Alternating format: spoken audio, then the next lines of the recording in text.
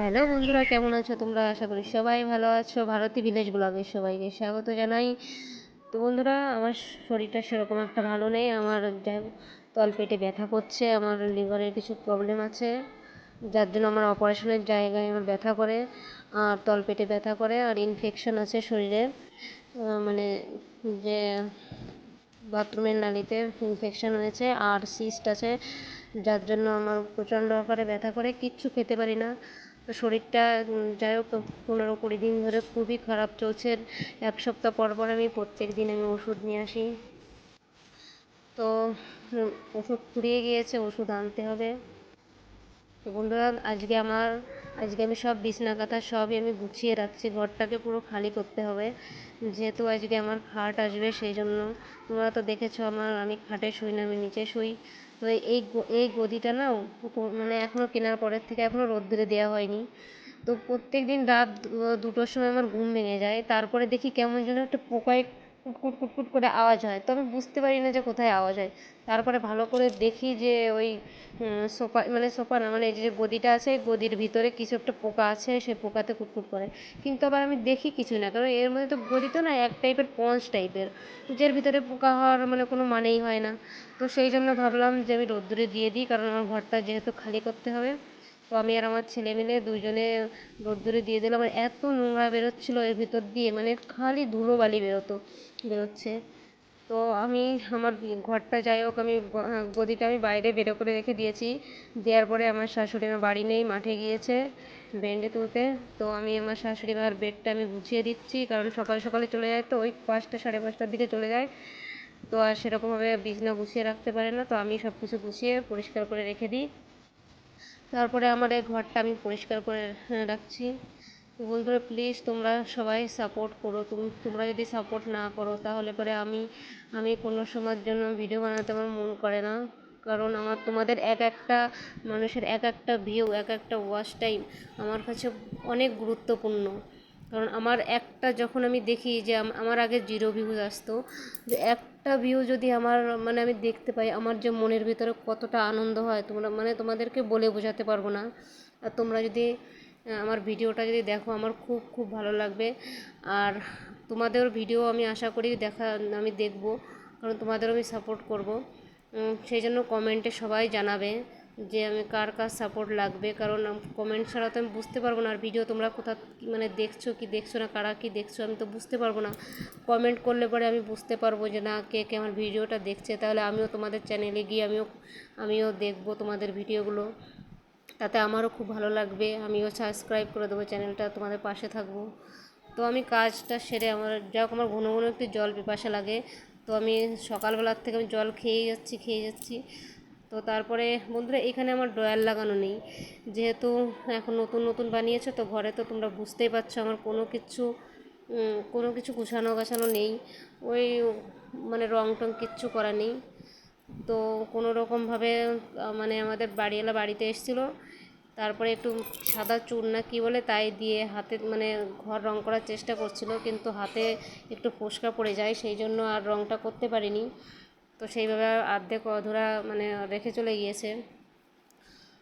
তো আমি গ্যাস ট্যাস মুছে এখন এই সকালবেলার দিকে আমি কাজকর্ম সব আমি সেরে নিয়েছি, একাই সারি, কারণ শাশুড়ি মা উঠোনটা ঝাড় দিয়ে আমার গিয়েছে আজকে, শরীরটা এতটা পাতলা সেই জন্য ছিল আমার না। উঠোনটা আমি আজকে আমার আগে ঝাড় ছিলাম দেওয়া লাগেনি। তো আমার প্রায় শাশুড়ি মা চলে এসেছে, 55-56 কেজি আমার তোমরা তো ওয়েট ছিল, দেখতেই মানে পাচ্ছ। ভালোই তো মোটা বন্ধুরা, ছিলাম এই আমি। যে দুটো ফুলদানি কিন্তু আমি আমার একটা অপারেশন মেলার থেকে হওয়ার কিনেছিলাম, পরে এটা আমি শ্রীনিবাসের 42 মেলার থেকে। কেজিতে এসে গিয়েছিলাম। তো ছ বন্ধুরা, দিন আমাকে কিছু খেতে দিয়েছিল না ডাক্তারবাবু। তো শুধু স্যালাইনের উপরে ছিলাম, ওই 6টা দিন আমি না খেয়েছিলাম, সেই জন্য একদমই শরীরটা শুকিয়ে গিয়েছিল। তো আস্তে আস্তে আমার যাই হোক একটু রিকভার হওয়ার চেষ্টা মানে করেছিলাম কিছু ভালো মন্দ খেয়ে। তো বলে না, বেশি ভালো মন্দ খেলে পরে পেটে হজম হয় না।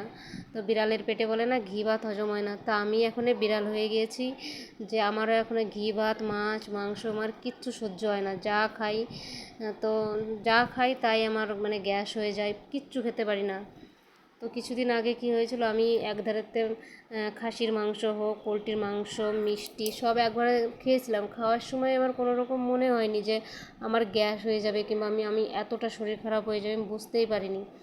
তো আমি খেয়েছি। খাওয়ার পরে না আমি কুলের আচার বানিয়েছিলাম, বানানোর পরে আমি ছাদে একটু নাড়তে দিয়েছি, দিয়ে বেশি না 2 থেকে 2 আটি মতন আমি মুখে দিয়েছি। দেওয়ার পরে আমার সাথে সাথে আমার এত পেট ব্যথা, এত বুক ব্যথা, এত পিঠ ব্যথা এত পরিমাণে হলো, সঙ্গে সঙ্গে আমি ডবল ডবল করে গ্যাসের ওষুধ, লিভারের ওষুধ, তারপরে হজমের ওষুধ আমার খেতে হয়েছিল। এত পরিমাণে আমার ব্যথা শুরু হয়েছিল। তো সেদিনকে যেমন তেমন করে কেটে গেল। তারপরের দিন একটু তেঁতুল খাওয়া পড়েছিল। রাত তখন কটা বাজে, 9:30 বাজে। সেই সময় গিয়ে আমার 3খানা আমার ইঞ্জেকশন আমি লাগিয়ে তারপরে বাড়ি এসেছিলাম 11:30টার দিকে। সেই সময় এসে যাই হোক কোনো রকম কষ্টে মষ্টে আমার ব্যথাটা থামলো। তারপরের দিন থেকে আবার হালকা হালকা করে ব্যথা শুরু হলো। ভাবলাম কি হয়তো লিভারের প্রবলেম, সেই জন্য আমি ডাক্তার দেখিয়ে নিয়ে আসলাম।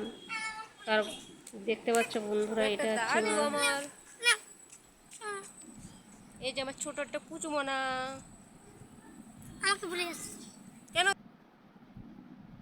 তারপরে চলে গিয়েছিলাম মার্কেটের থেকে দেখো কী কী এনেছি। টপ বিস্কুট এনেছি। আমার ছেলেটা মানে খুব মানে খিদে লাগে, বলে যে মা কিছু না কিছু দাও খেতে, সকালবেলা হলে ওর খিদে পেয়ে যায়। সেই জন্য আমি দেখো বিস্কুট এনেছি, আর অনেক অনেক জিনিস আমি আইটেমও কিনে এনেছি, কিন্তু সেটা তোমাদেরকে আমি পরে দেখাচ্ছি। তো এক ডিব্বায় ধরলো না, 2 ডিব্বায় আমি নিয়ে নিলাম। তারপরে রান্না হচ্ছে মুগের ডাল দিয়ে, আলু দিয়ে, আর হচ্ছে কি যেন উশি দিয়ে তরকারি। যাক ভালোই লাগলো। আর বন্ধুরা দেখো আমাদের খাট চলে এসছে বাড়িতে। এখন এই মিস্ত্রিরা সেটিং করে নিচ্ছে বক্স খাটটা। কেমন লাগছে তোমরা একটু জানিও। তো রাত হয়ে গিয়েছিল সেদিন, সন্ধ্যা লেগে গিয়েছিল। তো আমি সন্ধ্যার সময় আমি বিছনা সব লেপ কাঁথা কম্বল যা আছে সব আমি কাঁথা কম্বল ওই বক্স খাটের ভিতরে আমি রেখে দিয়েছি। যাই হোক আলমারিটা আমার একটু ফাঁকা হয়েছে, আলমারিতে সব জিনিস জায়গা ছিল না। তো কেমন দেখা যাচ্ছে বলো, খাট থাকলে পরে ঘরের একটা শোই হয় অন্যরকম, তাই না বলো বন্ধুরা? তো কেমন লাগছে মানে যাই হোক একটু বেশি ডিজাইনগুলো একটু বেশি হয়ে গেছে, জানি একটু হিজিবিজি টাইপের ডিজাইন হয়েছে, কিন্তু কী করা যাবে। যাই হোক, তো আমি নিয়ে এসেছিলাম ডিম। 1 ট্রে ডিম নিয়েছে 155 টাকা। তো শুনেছি দাম আবার বাড়বে। তো আমি 1 ট্রে ডিম এনেছি। আমি তো ডিম খেতে পারবো না, আর আমার শাশুড়ি মাও বাড়ি থাকবে না, 2 দিন পরে আমার ননদ বাড়িতে যাবে। তো সেই জন্য ভাবলাম কি প্রত্যেক দিন বাজার করব, বাজার করার থেকে আমি 1 ট্রে ডিম নিয়ে আসি। ডিম ঘরে থাকলে ছেলেটা মাঝে সাঝে সেদ্ধ করে দেওয়া যাবে, একটু ডিমের ঝোলও বানিয়ে দেওয়া যাবে, যাই হোক অনেক প্রকার বিভিন্ন নাস্তা করে দেওয়া যাবে। তো সেই জন্য আমি 1 ট্রে এনে রেখে দিলাম, মানে ফ্রিজে রাখবো। তো আমি এনে রেখে দিয়েছি। কিন্তু জানো তো বন্ধুরা, যে ডিমের যে ঘরটা থাকে না, মানে আনতে গিয়েছিলাম দোকানে, এত বাজে গন্ধ, মানে মানে অসহ্য গন্ধ, মানে এমন কিসের গন্ধ কী জানি আমি বুঝতে পারি না, পুরো পেট ফুলে যায় গন্ধয়। তো ঘরের ভিতরে বেশিক্ষণ আমি দাঁড়াতে পারিনি, বাইরে আমি দাঁড়িয়েছিলাম। তো চলো কি কি বাজার করেছে দেখে নিই। মুগের ডাল আছে এখানে, চাউমিন আছে, তারপরে শ্যাম্পু আছে,